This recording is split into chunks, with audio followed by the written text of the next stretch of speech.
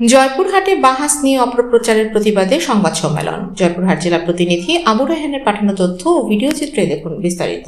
জয়পুরহাটে বাহাস নিয়ে শফিক কাশেমি সংবাদ সম্মেলন করে মিথ্যাচার ও অপপ্রচার করেছে দাবি করে সংবাদ সম্মেলন করেছে ডক্টর আশরাফ আলিমুল্লাহ সিদ্দিকীর ভক্ত ও মুরিশিদবৃন্দ। মঙ্গলবার দুপুরে খেতলাল প্রেস ক্লাবে এই সংবাদ সম্মেলনে ডক্টর আশরাফ আলিমুল্লাহ সিদ্দিকীর পক্ষে লিখিত বক্তব্য পাঠ করেন মোহাম্মদ আমানুল্লাহ আমান। লিখিত বক্তব্যে তিনি বলেন, শফিক কাশেমি জয়পুরহাটে গিয়ে সংবাদ সম্মেলন করে কিছু ভিত্তিহীন দাবি উপস্থাপন করেছে, যা কখনোই সত্য নয়।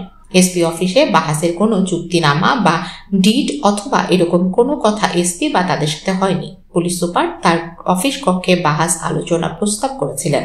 তখন শান্তি প্রতিষ্ঠার লক্ষ্যে পুলিশ সুপারের কাছে লিখিতভাবে বাহাসের শর্তনামা সহ ডিড জমা দিই। শফি ও তার প্রতিনিধিরা কেউ বাহাসের ডিডে স্বাক্ষর করতে রাজি হয়নি।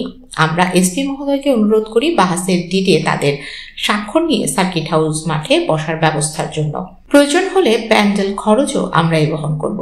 এই সময় ডক্টর আশরাফ আলিমুল্লাহ সিদ্দিকীর অনুসারী রাফিউল ইসলাম, এনামুল হক, রবিউল ইসলাম, সাইফুল ইসলাম, মুর্শিদুল ইসলাম সহ অন্যান্যরা উপস্থিত ছিলেন।